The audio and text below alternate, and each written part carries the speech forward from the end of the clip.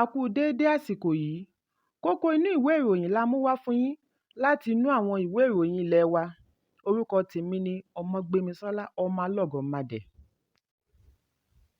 Ìròyìn yàjóyàjó tó ń dé sétí ìgbọ́ wa ni ó sọ wípé Ààrẹ orílẹ̀-èdè Nàìjíríà Muhammadu Buhari ti pàṣẹ fún Báǹkì Àgbà Central Bank of Nigeria pé kí wọ́n dá owó àtijọ́ tí í ṣe igba náírà 200 padà sáàrin ìlú kí ó lè jẹ́ níná papọ̀ pẹ̀lú owó tuntun ẹ̀ẹ́dẹ́gbẹ̀ta 500 naira àti ẹgbẹ̀rún 1000 naira.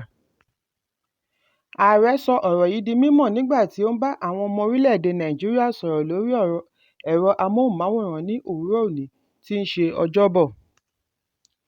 Ó tẹ̀síwájú wípé ìgbésẹ̀ yìí wáyé látàrí wàhálà àti ìdààmú tí àtúnṣe àti ọ̀wọ́n owó tuntun náà ti dá sílẹ̀, pàápàá jùlọ rògbòdìyàn tí ó tẹ̀lé àtúnṣe owó náà.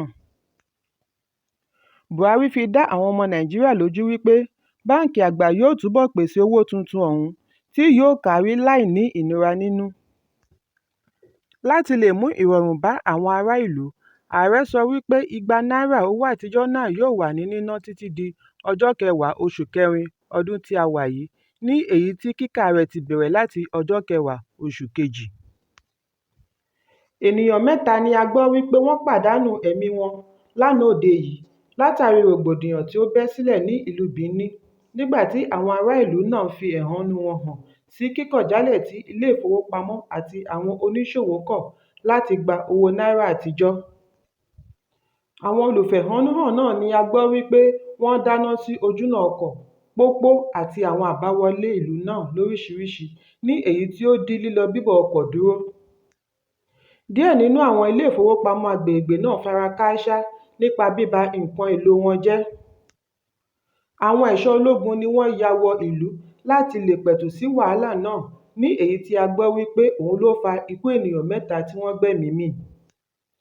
Ẹ̀kúnrẹ́rẹ́ ìròyìn yìí wà nínú ìwé ìròyìn Nigerian Tribune. Nínú ìwé ìròyìn The Guardian ní àjọ elétò ìdìbò Independent National Electoral Commission (INEC) ti fi dá gbogbo ọmọ Nàìjíríà lójú wípé àwọn ti parí gbogbo ètò tí yóò mú kí ohun èlò àti àwọn òṣìṣẹ́ dé ibùdó ìdìbò ní kíákíá fún ìdìbò ààrẹ àti ilé ìgbìmọ̀ aṣòfin tí yóò wáyé ní ọjọ́ 25 oṣù kejì ọdún tí a wà yìí. Olùdarí àjọ náà fún ìmọ̀ ẹ̀kọ́ Victor Aluko ló fi ìdí ọ̀rọ̀ yìí múlẹ̀ níbi àjọ tí a mọ̀ sí Media and Civil Society Organization fún ètò ìdìbò ọdún 2023. Aluko tẹ̀síwájú wípé pẹ̀lú gbogbo ètò tó múnádóko àti àwọn òṣìṣẹ́ tó kájú ẹ̀, kò sí ìdí láti pẹ́ dé ibùdó ìdìbò. Ó wá rọ ìjọba láti mú ohunkóhun tó lè fa ìdíwọ́ fún àwọn olùdìbò kí ìdìbò náà lè lọ ní ẹ̀kúnrẹ́rẹ́. Kókó inú ìwé ìròyìn tòní kò ní jù báyìí lọ. Ẹ pàdé mi lọ́la fún àkọ́tún. Kí a tó lọ, ẹ má ṣaláì fi àríwísí yín ránṣẹ́, ìyẹn comment, kí ẹ sì bá wa subscribe sí ojúnà wa lórí YouTube kí kókó inú ìwé ìròyìn lè máa tẹ̀ yín lọ́wọ́ ní kíákíá.